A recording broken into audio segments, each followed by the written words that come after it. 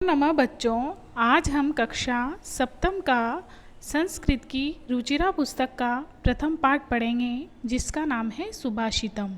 सुभाषितम का अर्थ होता है सुंदर वचन। इसमें 6 श्लोक दिए हुए हैं।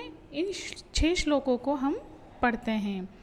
पहला श्लोक, पृथ्व्यां त्रीणि रत्नानि जलन्नं सुभाषितम् मूंडे पाषाणखंडेषु रत्न संज्ञा विधीयते। इसमें वास्तविक रूप से रत्न क्या है, इसके बारे में कहा गया है कि पृथ्व्यां त्रीणि रत्नानि, की पृथ्वी पर 3 रत्न हैं, कि सभी के लिए लाभदायक और उपयोगी 3 रत्न हैं।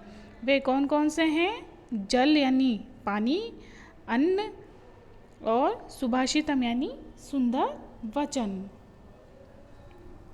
ये 3 रत्न इस पृथ्वी पर विद्यमान हैं, परंतु मूंडे पाषाण खंडेषु रत्न संज्ञा विधीयते, परंतु मूर्ख लोगों के द्वारा इन वास्तविक रत्नों को महत्व नहीं दिया जाता। यानी हीरे आदि पत्थर के टुकड़ों को तो मूर्ख लोग ही रत्न नाम से कहते हैं। दूसरा श्लोक, सत्येन धार्यते पृथ्वी सत्येन तपते रवि सत्येन वाति वायुश्च सर्व सत्य प्रतिष्ठितम। इस श्लोक में सत्य के महत्व का वर्णन करते हुए कहा गया है कि सत्य से ही पृथ्वी धारण की जाती है, सत्य से ही सूर्य तपता है, रवि यानी सूर्य तपता है, सत्येन वाति वायुश्च, और सत्य से ही वायु वाति यानी बहती है, तथा सर्व सत्य प्रतिष्ठितम, और संसार में जो कुछ भी है वह सब सत्य पर ही निर्भर है। इसलिए इस श्लोक में सत्य के महत्व का वर्णन किया गया है। तीसरा श्लोक, दाने तपसि शौर्ये च विज्ञाने विनयेन विस्मयो न हि कर्तव्यो बहुरत्ना वसुंधरा। इस श्लोक में बहुरत्ना वसुंधरा यानी बहुरत्नों से युक्त पृथ्वी के विषय में कहा गया है कि ये जो भूमि है वो अनेक रत्न वाली है। यहाँ एक से बढ़कर एक दाने यानी दानी, तपसी यानी तपस्वी, शौर्य यानी बलशाली, विज्ञाने यानी वैज्ञानिक, विनय यानी विनम्र, और नय यानी नीतिज्ञ आदि बहुत से विद्वान हैं।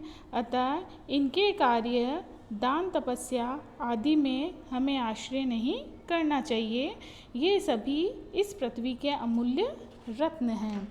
चौथा श्लोक, सद्धीरेव सहासीत सद्भि कुर्वित संगतिम सद्भि विवादम मैत्रीं च ना सद्भि किंचित आचरेत। इस श्लोक में सत्संगति के महत्व को दर्शाया गया है कि सज्जनों के साथ ही हमें रहना चाहिए।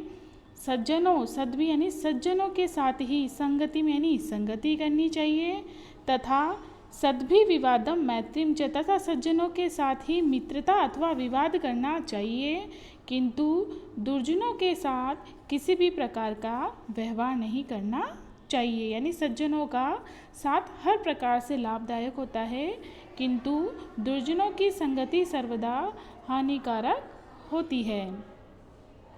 पांचवा श्लोक, धन धान्य प्रयोगेषु विद्याया संग्रहेषु च आहारे व्यवहारे च त्यक्त लज्जा सुखी भवेत। इस श्लोक में संकोच अथवा लज्जा कहीं भी नहीं करनी चाहिए।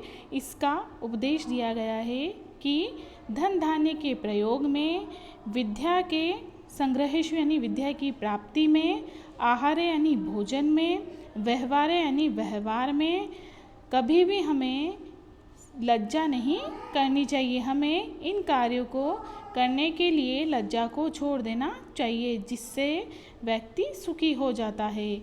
इनसे लज्जा करने से व्यक्ति को कष्ट उठाना पड़ता है, जैसे भोजन के समय संकोच करने से व्यक्ति भूखा रह जाता है।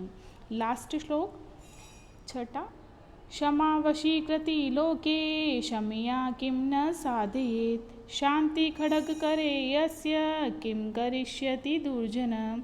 इस श्लोक में क्षमाशीलता के महत्व को दर्शाते हुए कहा गया है कि क्षमाशीलता से संसार में सभी को वश में तथा सभी कार्यों को सिद्ध किया जा सकता है, किंतु शांति रूपी तलवार पर दुर्जन व्यक्ति भी उसका कुछ भी अहित नहीं कर सकता। अर्थात क्षमाशीलता एक सर्वश्रेष्ठ शास्त्र है।